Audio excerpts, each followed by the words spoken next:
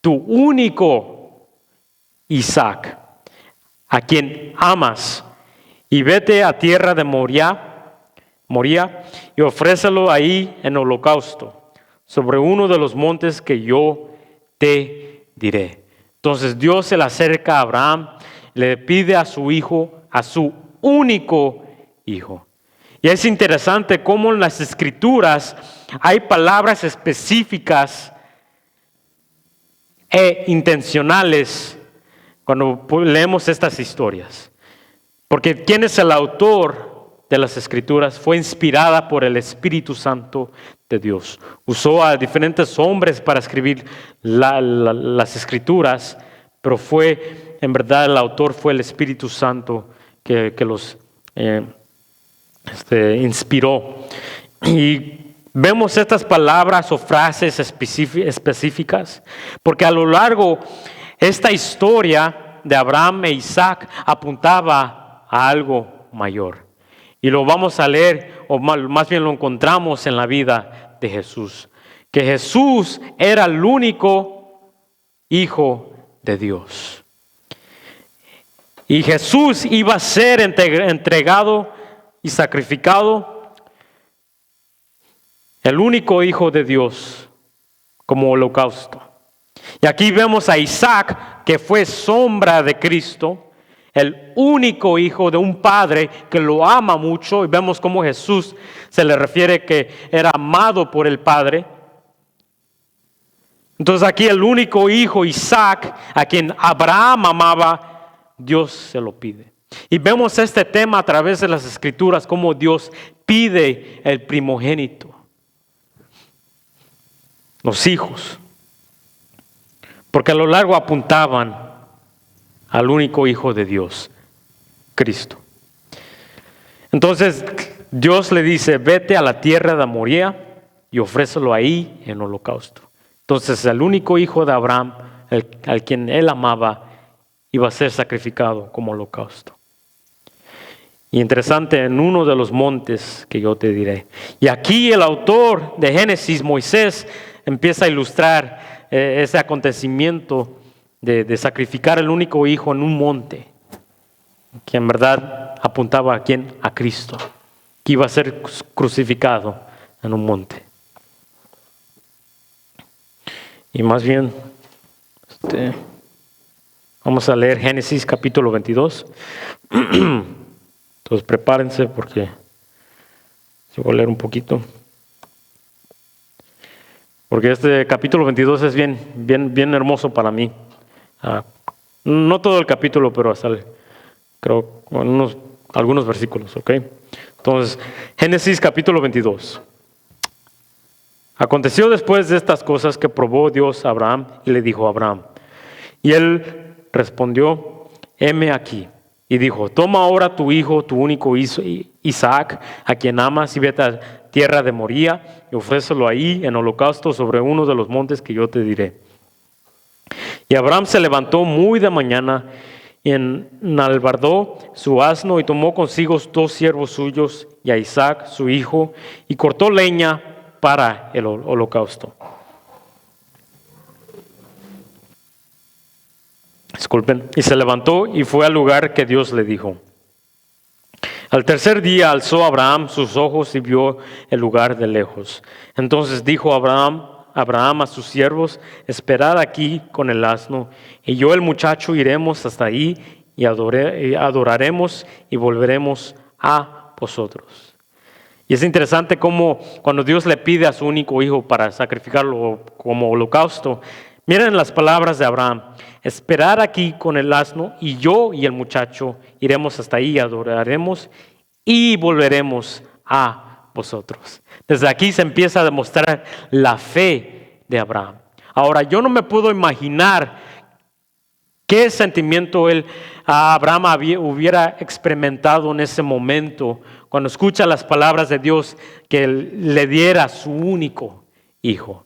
Yo me puedo imaginar una angustia humana, pero también me puedo imaginar que en el transcurso del viaje al monte a ese monte donde iba a sacrificar a su hijo, empieza a recordar lo que Dios había hecho en su vida, que Dios había hecho lo imposible, que iban a tener él y Sara un hijo en su vejez, ya Abraham teniendo 100 años, Sara siendo estéril, teniendo 90 años.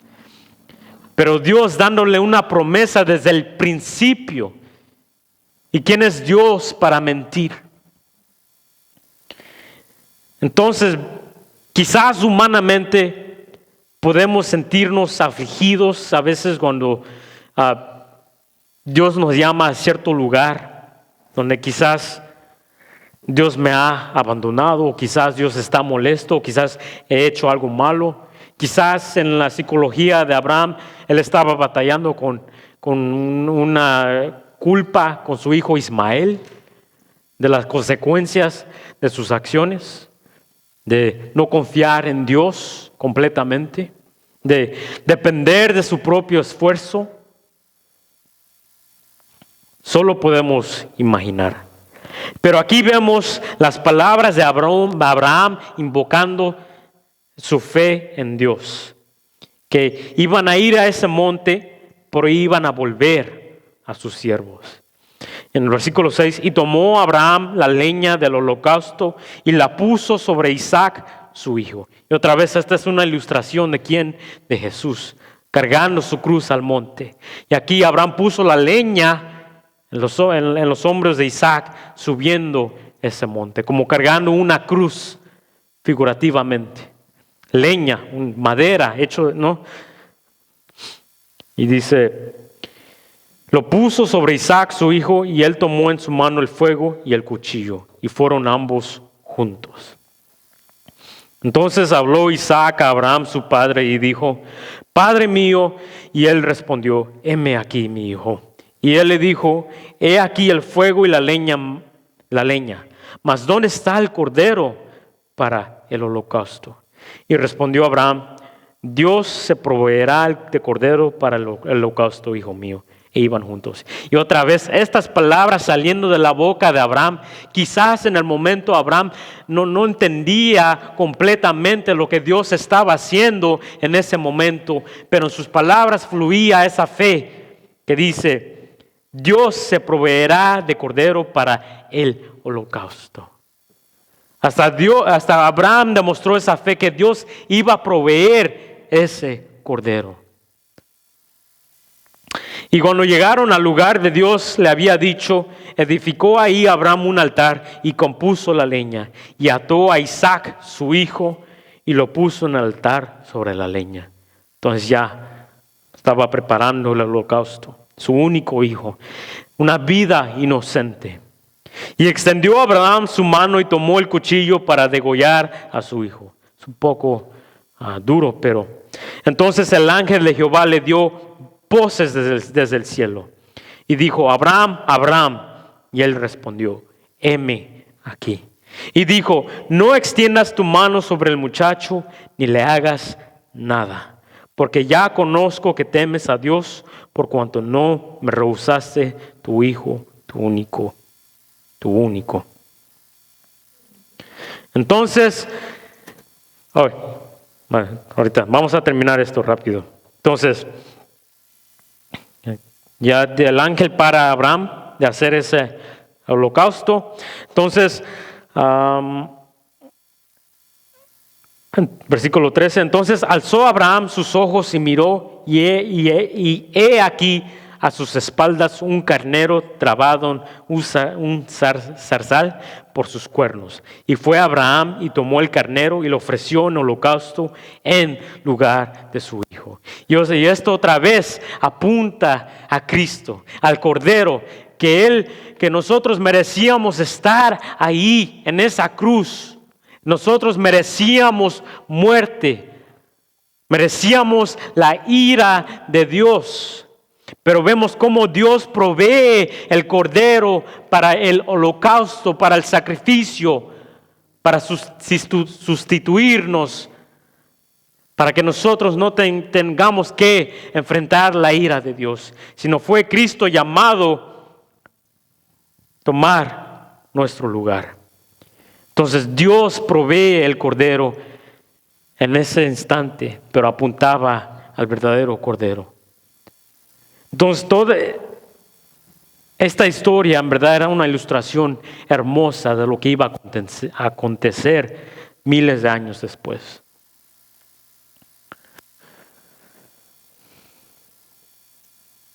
Y algo interesante que quiero leer en Hebreos capítulo 11, versículo 17 al 19. Como dice el autor, por la fe Abraham, cuando fue probado, ofreció a Isaac.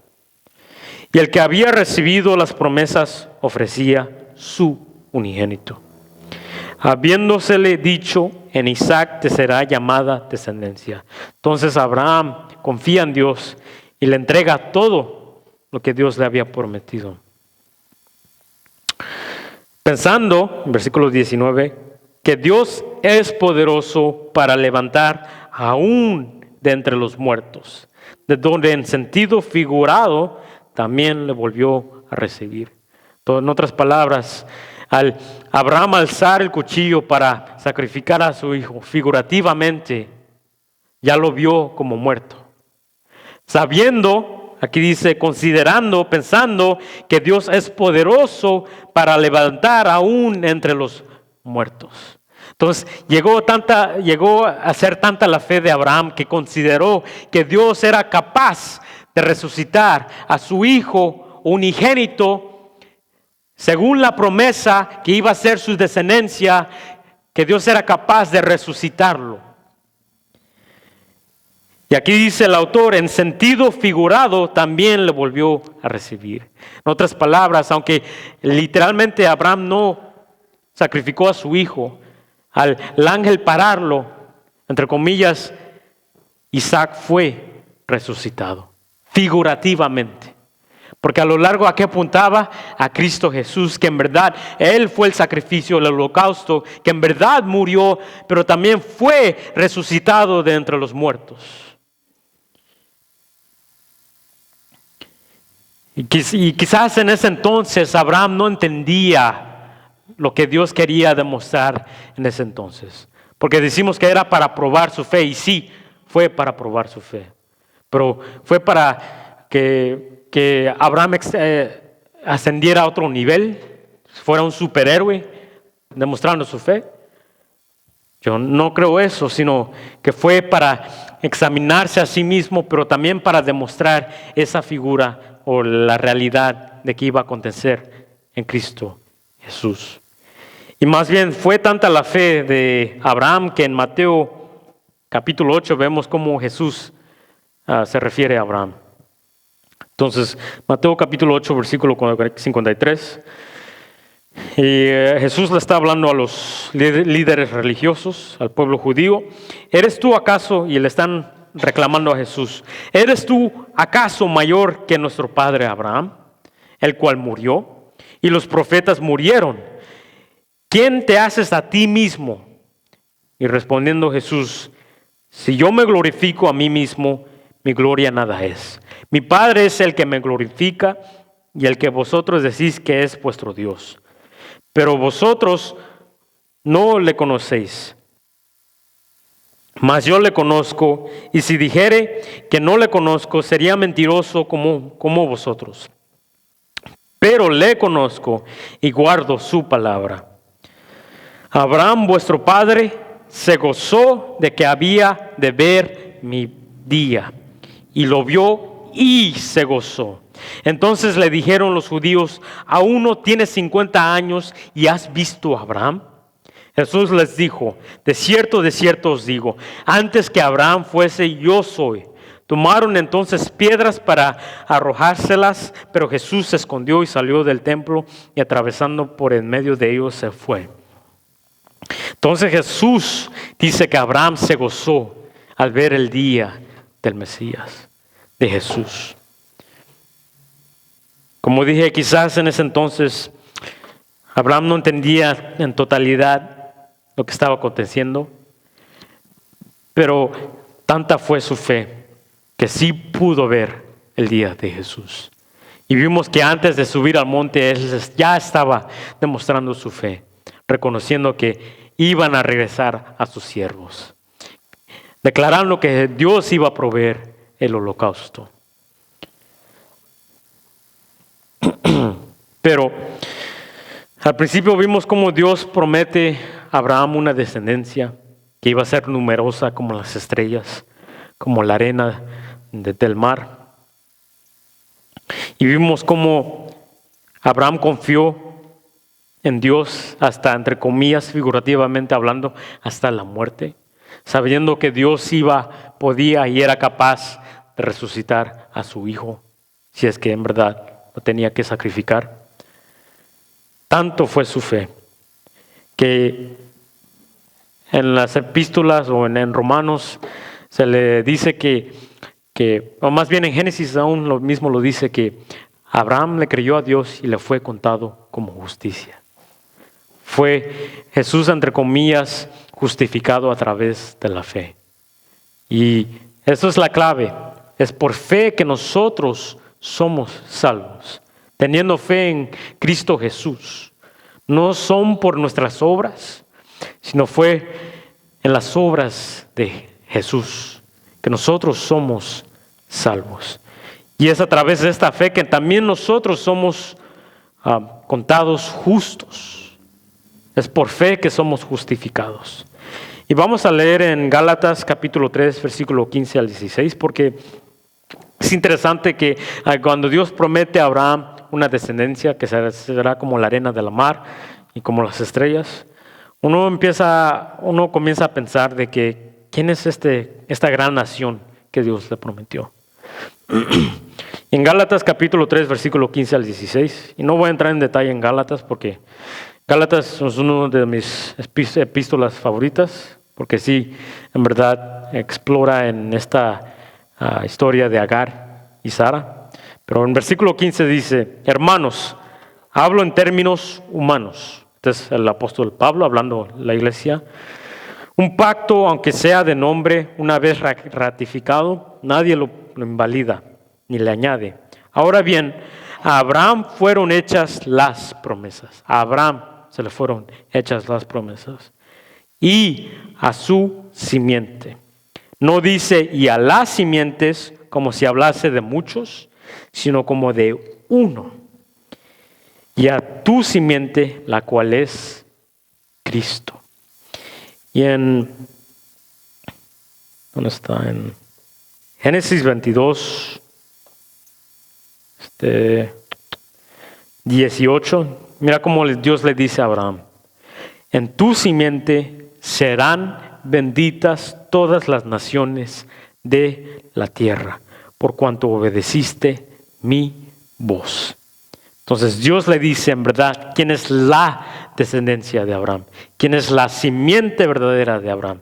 Y en Gálatas vemos que es Cristo. Jesús humanamente fue descendiente de Abraham, viene del linaje de Abraham.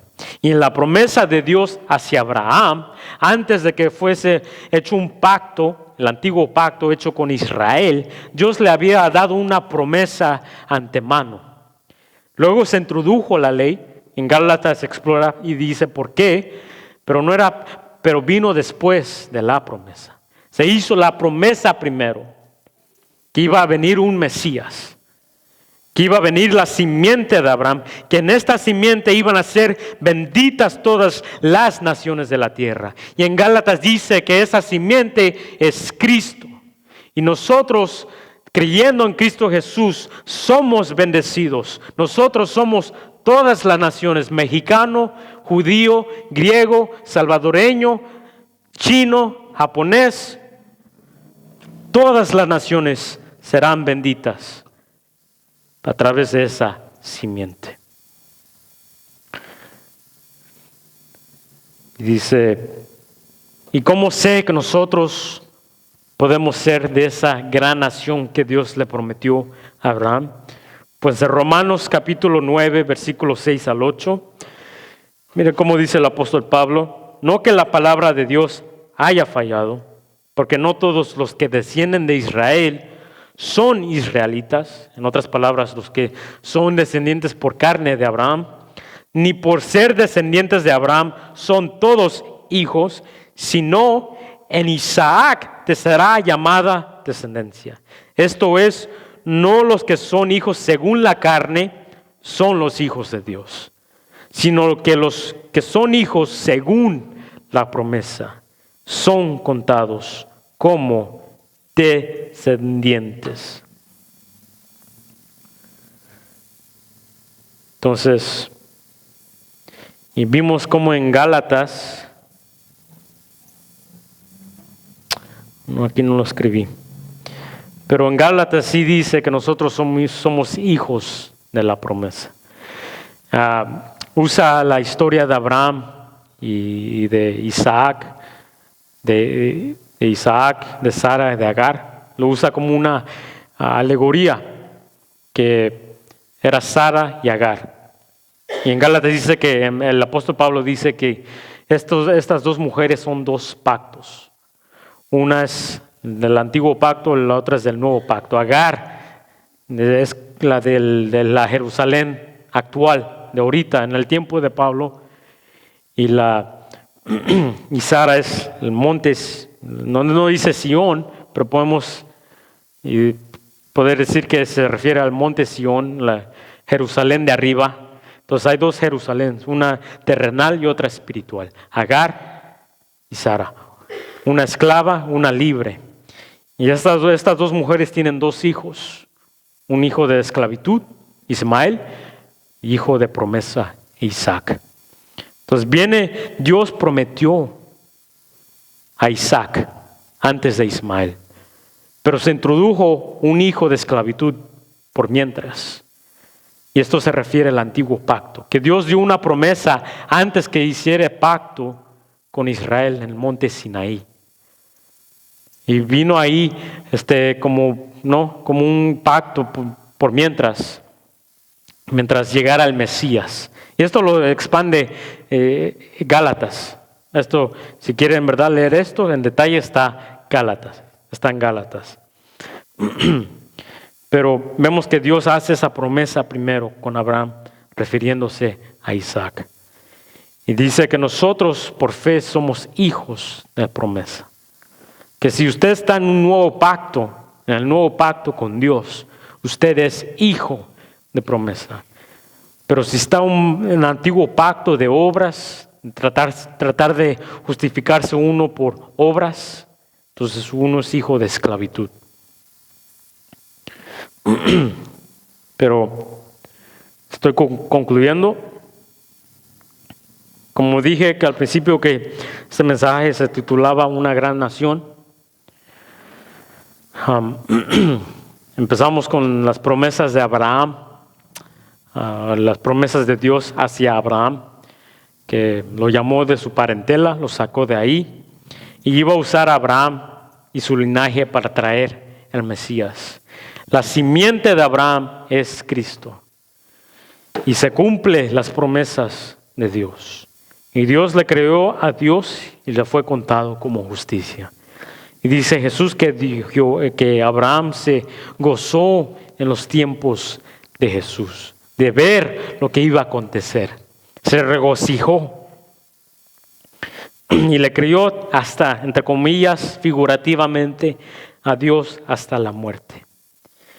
Y es interesante, si vemos en las Escrituras, los héroes de la fe, vemos cómo confían en Dios, entre comillas, hasta la muerte.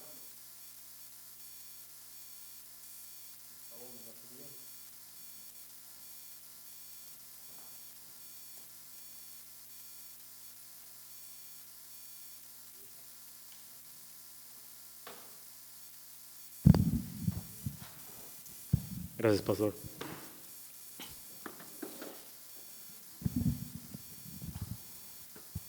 Como las palabras de Job fue en su fe en Dios, que iba a confiar en Dios, aunque Dios escucha duro, pero eran palabras de fe de Job, que iba a confiar en Dios aunque Él me matare, aunque Dios podemos creer en Dios hasta la muerte. Y para tener esa fe, claro, no viene por nosotros mismos, sino es a través de la fe que Dios nos da. Es por su fuerza, por su misericordia que podemos tener esta fe. Y como Jesús dijo que si tuvieras una fe tan pequeña como una semilla de mostaza, esa fe podía mover montes. Podemos decir que esta fe, entre comillas, puede mover ese monte Sinaí, el monte que nos separa de Dios, que es en el nuevo pacto que dice el apóstol Pablo, nos podemos acercar al trono de gracia confiadamente. Y en ese monte Sinaí los judíos tenían miedo de acercarse, porque si uno se acercaba a ese monte iba a caer muerto, porque es tan santo Dios Todopoderoso que nada se le puede acercar a Él si uno tiene pecado. Pero a través de Cristo Jesús, que fue el sacrificio, el holocausto por nuestros pecados, en lugar de nosotros, que nosotros merecíamos esa muerte, Dios proveyó ese sacrificio como Dios lo hizo con Isaac. Y es que ahora somos perdonados, y es que ahora podemos acercarnos a Dios confiadamente, no porque lo merecemos, sino porque Dios nos llamó a Él. Y es que nos podemos acercar alcanzando misericordia. Y como dije al principio cuando leí Salmo 77, cuando leo ese salmo me hace llorar. Porque humanamente podemos entrar en angustia, pensar que Dios está molesto con nosotros cuando las cosas no van bien como pensamos o como queremos. Hasta pensamos Dios está enojado con nosotros, que ya no muestra su misericordia. Pero dice el salmista, más bien, quiero concluir con leerlo con ustedes. Salmo 77.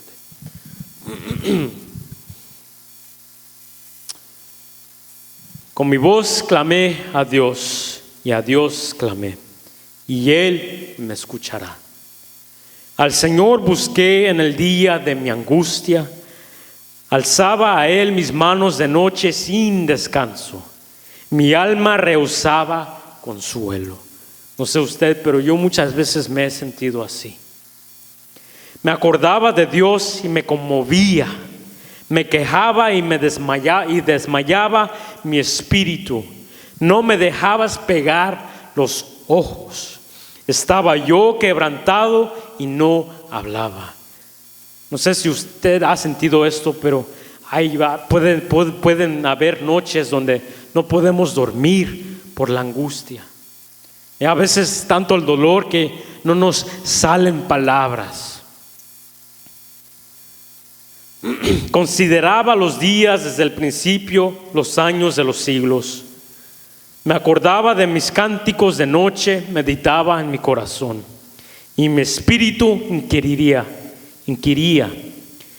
¿desechará el Señor para siempre y no volverá más a hacernos propicio?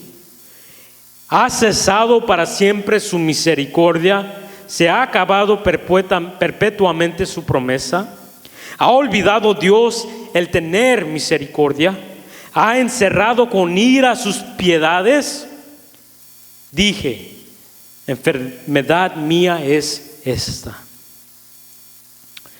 Traeré pues a la memoria los años de la diestra del Altísimo. Me acordaré de las obras de Yah, que es Jehová.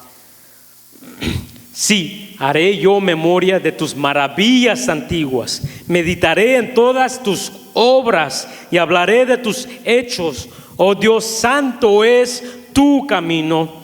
Que Dios es grande como nuestro Dios. En medio de su angustia, el salmista empieza a recordar lo que Dios había hecho. El Dios todopoderoso.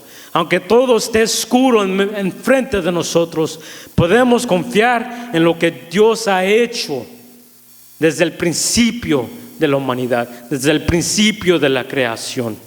Dios es todopoderoso. Tú eres el Dios que haces maravillas, hiciste notorio en los pueblos tu poder, con tu brazo redimiste a tu pueblo, a los hijos de Jacob y de José. Te vieron las aguas, oh Dios, las aguas te vieron y temieron, los abismos también se estremecieron, las nubes echaron inundaciones de aguas, tronaron los cielos y discurrieron tus rayos. A la voz de tu trueno estaba en el torbellino, tus relámpagos alumbraron el mundo, se estremeció y tembló la tierra.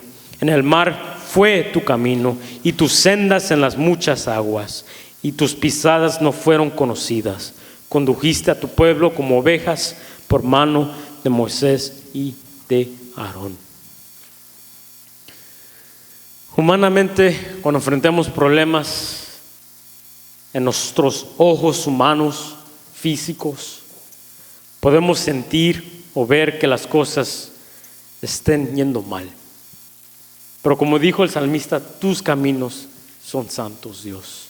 Tus caminos son perfectos, son mayores que los míos.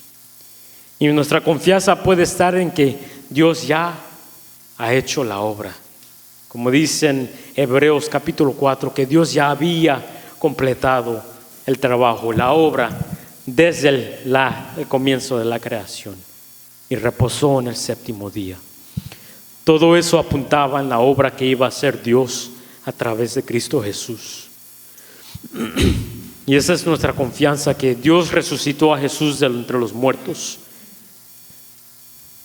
y que nosotros somos justificados a través de Jesús, y que lo que estamos experimentando en esta vida no va a ser eterno, es temporal, y tenemos una promesa en la próxima vida donde no va a haber más llanto, no más tristeza.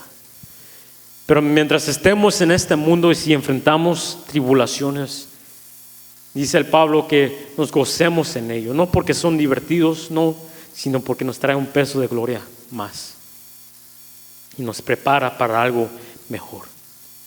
Y esta es nuestra esperanza en Dios, que nos acordemos de las obras y los hechos de Dios, que Él no ha terminado que su obra en nosotros, Él sigue trabajando en nosotros. Y Él nos ha hecho muchas promesas, y una de ellas es que nunca nos va a desamparar. Él siempre va a estar con nosotros.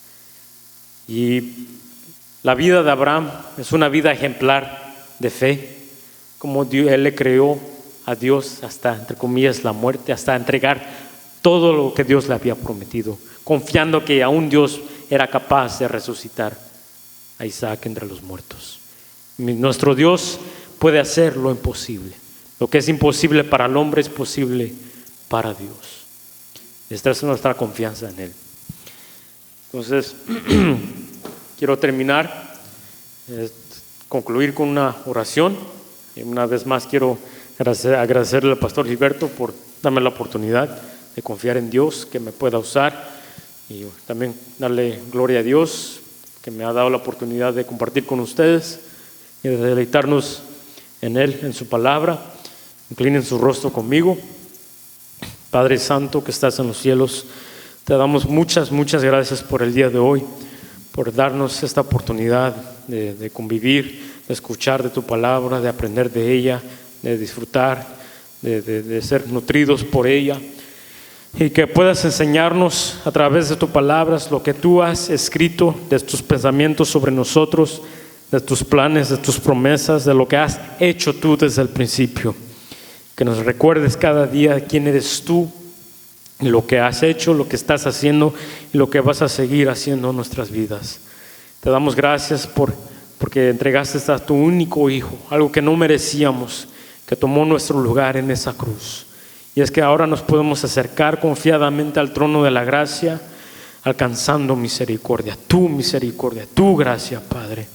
Y te damos muchas gracias una vez más por todo lo que has hecho.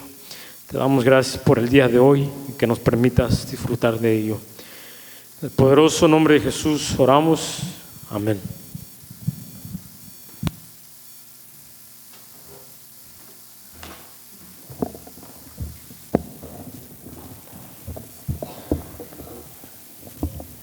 Gracias a Dios, y nos ponemos de pie, traemos nuestras ofrendas.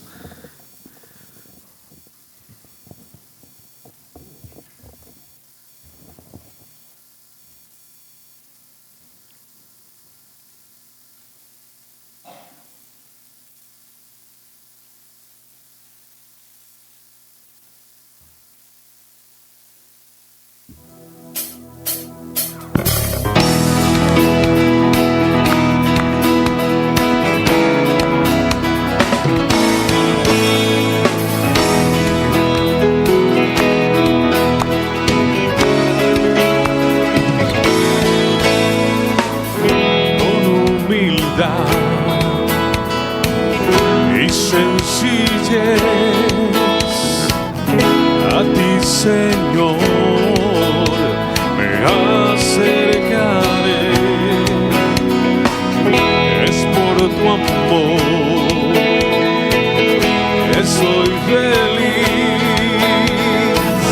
para decir con todo mi corazón: te amo a ti, no hay más que decir. Mi vida es la prueba de mi amor por ti.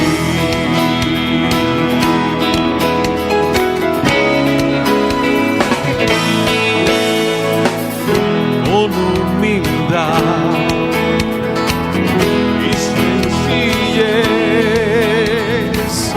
a ti, Señor, me acercaré. Es por tu amor que soy feliz para decir con todo mi corazón: te amo a ti, no hay más que decir. Mi vida es la prueba de mi amor. Te amo a ti, no hay más que decir. Mi vida es la prueba de mi amor por ti.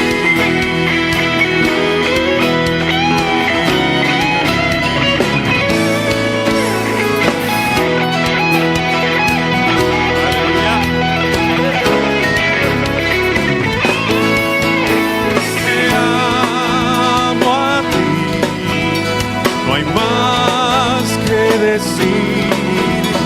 Mi vida es la prueba de mi amor.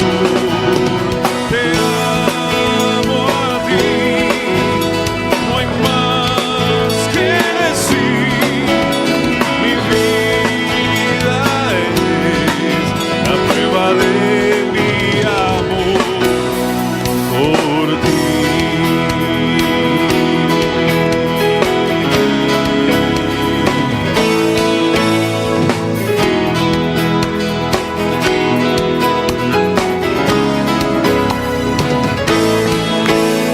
Aleluya. Gusto verles, hermanos, que pasen una buena tarde.